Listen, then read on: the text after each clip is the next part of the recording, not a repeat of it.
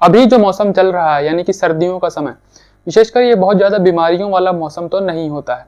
जिस प्रकार से शरद या वसंत ऋतु यानी कि जो कहें कि मौसम चेंज, क्लाइमेट चेंज होता है, सर्दी से गर्मी या गर्मी से सर्दी में जब हम जाते हैं तो उस समय बहुत सी बीमारियां, फ्लू, इन्फेक्शन, ये सब चीज़ें चलती हैं।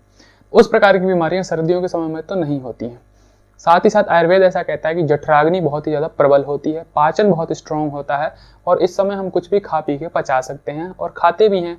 आलू पराठा, ये पराठा, वो पराठा, सब कुछ खाते हैं, तला भुना जो भी चीज़ होती है। खासकर सर्दियों में ही हम वैरायटीज़ को प्रयोग करते हैं, यानी बहुत सी वैरायटियों का हम खाने में प्रयोग करते हैं।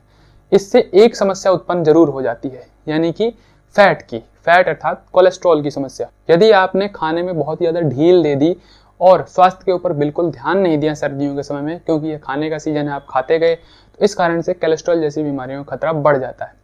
आज हम इस वीडियो में जानने वाले हैं किस तरह से सावधानी पूर्वक हम सर्दियों के समय में कोलेस्ट्रॉल जैसी बीमारियों के खतरे से बच सकते हैं। तो आइए वीडियो को शुरू करते हैं। सादर प्रणाम, मैं विशाल एक बार पुनः स्वागत करता हूं आपका अपने यूट्यूब चैनल सनातन मार्ग पर। जैसा कि आप सबको पता है कि हमारे शरीर में दो प्रकार के बेसिकली कोलेस्ट्रॉल होते हैं, एक अच्छा और एक बुरा, यानी कि गुड और bad cholesterol. Good cholesterol basically high density lipoprotein को कहा जाता है। इसके अंदर प्रोटीन की मात्रा ज़्यादा होती है। लिपोप्रोटीन यानी कि संयुक्त कंपाउंड होते हैं, संयुक्त चीज़ें होती हैं जो कि कोलेस्ट्रॉल और प्रोटीन से मिलकर बनी होती है, या कहें कि फैट और प्रोटीन से मिलकर बनी होती है। तो जिसके अंदर प्रोटीन की मात्रा ज़्यादा हो जाती है और फैट की मात्रा कम होती है तो उसे हाई डेंसिटी लिपोप्रोटीन बोला जाता है। और जिसके अंदर प्रोटीन की मात्रा कम हो जाती है, चर्बी की मात्रा ज़्यादा हो जाती है, तो उसे लो डेंसिटी लिपोप्रोटीन बोला जाता है। तो जो हाई डेंसिटी लिपोप्रोटीन है वो हमारे शरीर के लिए अच्छा माना जाता है, स्वास्थ्य के लिए, हृदय के लिए, हर चीज़ के लिए अच्छा माना जाता है, क्योंकि उसमें प्रोटीन की मात्रा ज़्यादा होती है।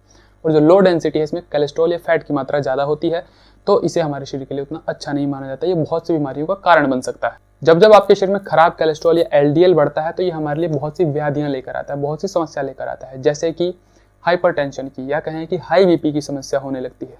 जब खराब कोलेस्ट्रॉल शरीर में बढ़ जाता है तो हाइपरटेंशन या हाई बीपी की समस्या हमें शुरू हो जाती है। फिर उसके बाद बात करें तो मोटापा या ओबेसिटी।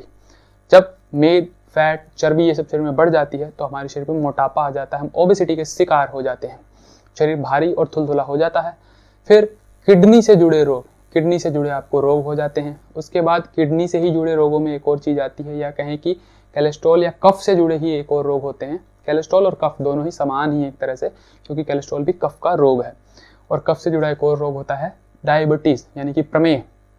तो प्रमेह किडनी से भी जुड़ा रोग है, कफ का रोग है। तो इस प्रकार से ये आपको बहुत सारी समस्या दे सकता है खराब कोलेस्ट्रॉल। और ये जितनी भी समस्या हैं सब एक चीज़ से जुड़ी होती हैं लगभग, वो आपके हृदय से, यानी कि हृदय संबंधी बीमारी ये सभी कर सकती हैं। जैसे हाइपरटेंशन या हाई बीपी से हृदय रोग हो सकता है, या कहें कि डायबिटीज़ के कारण रोग हो सकता है, मोटापा के कारण हृदय रोग हो सकता है। और डायबिटीज़ और किडनी का रोग भी एक ही जैसा होता है, समान ही होता है। तो इस प्रकार से ये बहुत सी व्याधियाँ सब के सब खराब कोलेस्ट्रॉल से जुड़ी होती हैं और वो आपके हृदय से जुड़ा होता है। इस सीजन में यानी सर्दी के समय बेसिकली होता क्या है कि हमारी शारीरिक गतिविधियां घट जाती हैं। शारीरिक गतिविधियां घट जाती हैं क्योंकि मौसम बहुत ज़्यादा ठंडा हो जाता है, दिन बहुत छोटे होते हैं, हम काम काज में ही व्यस्त रह जाते हैं। साथ ही साथ क्या होता है कि इसमें हमारा खान पान बहुत बढ़ जाता है। खान पान भी कौन सा?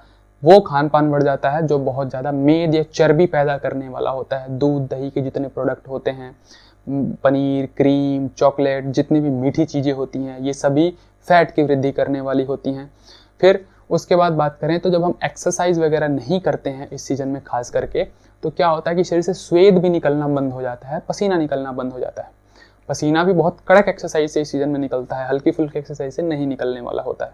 स्वेद क्या होता है? स्वेद हमारी मेद धातु का मल होता है, यानी कि जो पसीना होता है हमारी मेद धातु का मल, यानी कहीं वेस्ट होता है। जब वो शरीर से बाहर नहीं निकलेगा और अंदर ही रहेगा तो धीरे धीरे वो संचित होने लगेगा, इकट्ठा होने लगेगा, और इकट्ठा होने के साथ साथ हमारी नाड़ियों को, नसों को ब्लॉक कर सकता है, यानी कि कोलेस्ट्रॉल की समस्या वो कर सकता है। तो इस तरह से हमें इस सीजन में फैट या चर्बी या कहें कि कोलेस्ट्रॉल होने की समस्या या संभावना अधिक हो सकती है। तो इसका जो उपाय है उसके बारे में बात करते हैं। देखिए, यह बेसिकली वीडियो उनके लिए है जिनको कोलेस्ट्रॉल की समस्या नहीं है, यानी कि जो बिल्कुल फिट हैं, सही हैं। हाँ, अब जाने अनजाने में वो कोलेस्ट्रॉल की समस्या उत्पन्न ना कर लें, अपने डाइट को, अपने हैबिट्स को अच्छा रखें, उनके लिए। जिनके लिए कोलेस्ट्रॉल की समस्या है उनके लिए बाकी बाद में वीडियोस आते रहेंगे, क्योंकि उसमें उपाय या इलाज बताया जाता है। इसमें हम पहले से प्रिवेंशन या हमारी कुछ गलतियाँ उसके बारे में हम समझेंगे कि सर्दियों के समय में किस तरह से हम शांत स्थिर पड़ जाते हैं या लापरवाह हो जाते हैं। खान पान हमारा, क्योंकि डाइजेशन अच्छा होता है तो खान पान जच के चलता है। अब उस खान पान का जो वेस्ट होता है उसको हम पचाने या बाहर निकालने के उस पर नहीं रहते हैं, तो जब उस पर तत्पर नहीं रहते हैं तो कोलेस्ट्रॉल की संभावना हो सकती है। हाँ, अभी आप जवान हैं, ठीक है, नहीं हो सकती संभावना, लेकिन धीरे धीरे जब आपकी स्टेज बढ़ेगी, आदतें तो आपकी यही रहने वाली है, तो उस समय ये समस्या आपको दे सकती है। हेमंत ऋतु है यानी कि सर्दियों का समय। इस समय शरीर में किसकी वृद्धि होती है? बेसिकली कफ की वृद्धि होती है। तो जब कफ की वृद्धि होगी तो कफ से समझ लीजिए फैट, मेद, चर्बी, ये सब चीज़ें कफ के ही समानुपाती होती हैं, या कफ ही इनको समझ लीजिए। तो शरीर में कफ की वृद्धि होगी तो उसको शरीर से निकालना भी पड़ेगा, जो एक्स्ट्रा कफ हमारे शरीर में इकट्ठा हो जाएगा, या कहें कि जो एक्स्ट्रा कफ हो जाएगा उसको शमन करना पड़ेगा, उसको दबाना पड़ेगा, किसी भी तरह से उसके अपोजिट में कार्य करना पड़ेगा, तभी उसको बैलेंस किया जा सकता है, या कहें कि हम एक स्वस्थ लाइफ जी सकते हैं, स्वस्थ दिनचर्या जी सकते हैं। तो उसके लिए हमें क्या करना पड़ेगा? कफ के विपरीत में काम करना पड़ेगा। तो कफ बढ़ता किस किस से है? मीठी चीज़ें खाने से, बहुत ज़्यादा क्रीम, मिल्क या चॉकलेट, ये सब चीज़ें खाने से, मिल्क या डेयरी प्रोडक्ट खाने से, मीट, मांस, ये सब चीज़ें खाने से। तो उसकी जब वृद्धि होगी, साथ ही साथ वह ज़्यादा शयन करने से, स्थिर पड़े रहने से, शांत पड़े रहने से। तो सर्दियों का समय है, ऐसे ही आप रजाइयों में पड़े रहते हैं, पसीना वसीना निकालने की तो कोई आपको इतनी ज़्यादा ज़रूरत नहीं पड़ती है इस समय में, क्योंकि ऑटोमेटिक तो निकलता नहीं है। गर्मी में क्या है, लाइट कट गई, कुछ बाहर गए, धूप में गए तो पसीना पसीना हो गए। लेकिन सर्दियों में क्या होता है, कहीं भी कितनी भी गर्मी में चले जाइए, गर्म से गर्म स्थान यानी धूप में बैठ जाइए, तो पसीना तो नहीं होने वाला है, क्योंकि बहुत ज़्यादा ठंडा मौसम होता है। तो फिर इसमें आपको क्या करना है? एक्सरसाइज, रूटीन एक्सरसाइज आपको जरूर करनी है। अपने आप को ज़बरदस्ती उठाइए, सुबह कुछ भी करिए। जवान आदमी है उसमें क्या दिक्कत है, बूढ़े या किसी बुजुर्ग को तो दिक्कत हो सकती है। आप जवान हैं, मन के आलस से परेशान है, तो उसको मारिए ना, उसको ख़त्म कीजिए। आप उठिए, एक्सरसाइज कीजिए, नियमित 20 से 25 मिनट की एक्सरसाइज आपके स्वास्थ्य के लिए बहुत ही अच्छी है। नियमित कफ को बैलेंस करने वाली होती है, और एक्सरसाइज करने का बहुत अच्छा समय यही माना जाता है आयुर्वेद के नज़रिए से भी, क्योंकि गर्मी के सीजन में वह वायु की वृद्धि करने वाला है, पित्त की वृद्धि करने वाला एक्सरसाइज। और सर्दियों में सबसे अच्छा इसलिए है क्योंकि सबसे ज़्यादा एक्सट्रीम पर कफ होता है, तो कफ को शांत करने वाली है एक्सरसाइज। और पित्त जो होता है कम होता है, तो उस समय इसको वृद्धि करने वाला, या कहें कि त्रिदोष को बैलेंस करने वाला है, और बहुत अच्छा समय है। तो जितना भी आप में सामर्थ्य है, जितना भी आप में बल है, अब ऐसा मत कहिए कि हम एक्सरसाइज ज़्यादा नहीं कर पाते, ये नहीं कर पाते। जितना भी सामर्थ्य है, जितनी भी स्ट्रेंथ है, उतनी ही एक्सरसाइज करनी चाहिए। आयुर्वेद का भी यही मत है, यानी कि अपने सामर्थ्य से ज़्यादा कुछ भी नहीं करना चाहिए। खाना पीना भी उससे ज़्यादा नहीं चाहिए, सोना भी उससे ज़्यादा नहीं चाहिए। जितनी नींद आ रही है उतना ही शयन करें। ठीक इसी प्रकार से जितनी ताकत हो, जितनी स्ट्रेंथ हो, उतनी ही एक्सरसाइज करें। जब आपके माथे से पसीना निकलने लग जाए, सांस फूलने लग जाए, तेजी से चलने लग जाए, उसके आगे वो फिर ना हो पाए, तो वहीं पर आपको एक्सरसाइज को रोक देना चाहिए। आपकी क्षमता इतनी ही है, इतना ही आपके लिए व्यायाम बहुत है। फिर उसके बाद धूप का सेवन। धूप का सेवन आपके लिए बहुत ही अच्छा होता है, खास करके सुबह की धूप जो होती है, मीठी धूप होती है जो, उसका सेवन अवश्य करना चाहिए। ये नहीं कि अब धूप का सेवन का है तो बिल्कुल चमचमाती धूप है, उसके अंदर ज़बरदस्ती जले जा रहे हैं, तो वो नहीं आपको करना है। बिल्कुल जो सहन शक्ति है आपकी, यानी जो भी आप धूप को सहन कर सकते हैं, उस तरह की धूप का आपको सेवन करना है। पीठ के बल बैठ के धूप का सेवन करना उचित होता है। फिर उसके बाद करें तो दिन के अंदर शयन से आपको परहेज करना चाहिए। दिन में सोना बेसिकली अच्छा नहीं होता है, खास करके हेमंत ऋतु में।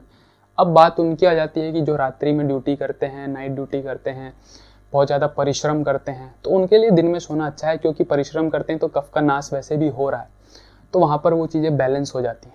लेकिन आप रात में अच्छी नींद लेते हैं, 5-6 घंटे की, दिन भर बैठ के काम करते हैं, फिर भी आप दिन में 1-2 घंटा सो रहे हैं हेमंत ऋतु के अंदर, सर्दियों में, तो आपके कफ को बहुत ज़्यादा बढ़ाने वाला वो हो जाता है। इसीलिए दिन के शयन से परहेज रखें। रात्रि में भी बहुत लंबे काल तक नहीं सोना चाहिए। सूर्योदय से पहले आपको उठ जाना चाहिए। कई बार सर्दियों में क्या होता है, लोग जब तक सूरज तो जल्दी निकलता नहीं है, बादल या कोहरा होता है, लोग 8-8, 10-10 बजे तक इंतजार करते हैं कि अब धूप निकलेगी, अब तभी उठेंगे, थोड़ी गर्माहट आ जाए मौसम में। तो वो आपको नहीं करना है, समय से उठ जाना चाहिए, क्योंकि समय से उठना स्वास्थ्य के लिए बहुत अच्छा होता है। मोशन वगैरह अच्छे से क्लियर हो जाता है। फिर उसके बाद पाचन पर आपको अवश्य ध्यान रखना चाहिए, क्योंकि ये समय खाने का होता है। कुछ भी लोग बहुत ज़्यादा खाते रहते हैं, ये सर्दियों के समय बहुत आसानी से पच भी जाता है। कई लोग वजन बढ़ाना चाहते हैं, उनके लिए भी अच्छा समय है, तो वो भी ओवर ईटिंग बहुत ज़्यादा करते हैं। बस इसमें ये ध्यान आपको रखना है कि आप भूख से अधिक ना ज़्यादा खाएं, या कहें कि ये खाने का मौसम है तो इसका मतलब ये नहीं कि आप दिन भर खा के पाचन को और कमज़ोर कर लें या मंद कर लें। उस तरह से कर लेने से फिर शरीर में मेद या फैट की या खराब कोलेस्ट्रॉल की वृद्धि होने लगती है।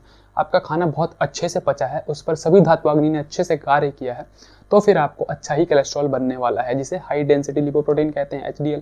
तो अगर आपकी सभी धात्वाग्नि बहुत अच्छे से कार्य करती हैं, जठराग्नि बहुत अच्छे से कार्य करती है, तो फिर आपको बहुत ज़्यादा चिंता नहीं करनी, और वो अच्छे से कार्य भी जब ही करेगी जब आपकी दिनचर्या व्यवस्थित होगी, यानी कि सिर्फ आप खा लेंगे तो समझिए कि बहुत अच्छे से कार्य कर रही नहीं। आप योग करेंगे, प्राणायाम करेंगे, अच्छी दिनचर्या रखेंगे, समय पर स्नान करेंगे, समय पर भोजन करेंगे, हर चीज़ें समय पर करेंगे, थोड़ा बहुत ऊपर नीचे चल सकता है अपने काम के नज़रिए से तो उतना चल जाता है, लेकिन फिर भी चीज़ें आसपास रखनी चाहिए, समय पर करनी चाहिए। तो वो सब जब आप करेंगे तो आपका पाचन भी बहुत ज़्यादा अच्छा रहने वाला है। और जिन लोगों को कोलेस्ट्रॉल की समस्या भी है तो वो ये सभी दिनचर्या तो आराम से ही फॉलो कर सकते हैं। बस इसमें मेडिसिन का मैंने सुझाव नहीं दिया है, क्योंकि ये किसी कोलेस्ट्रॉल की बीमारी वाले लोगों के लिए वीडियो नहीं है। ये सिर्फ स्वस्थ दिनचर्या या चेतावनी के लिए वीडियो है कि आपको ऐसी समस्या हो सकती है यदि आपने लापरवाही बरती तो इसी प्रकार की ज्ञानवर्धक और स्वास्थ्यवर्धक जानकारियों के लिए हमारे साथ जुड़े रहें। चैनल को सब्सक्राइब कर दें, बेल आइकन का बटन दबा दें ताकि आने वाली नोटिफिकेशन आपके पास समय पर पहुंच जाए। आज के लिए विदा लेते हैं, सादर प्रणाम।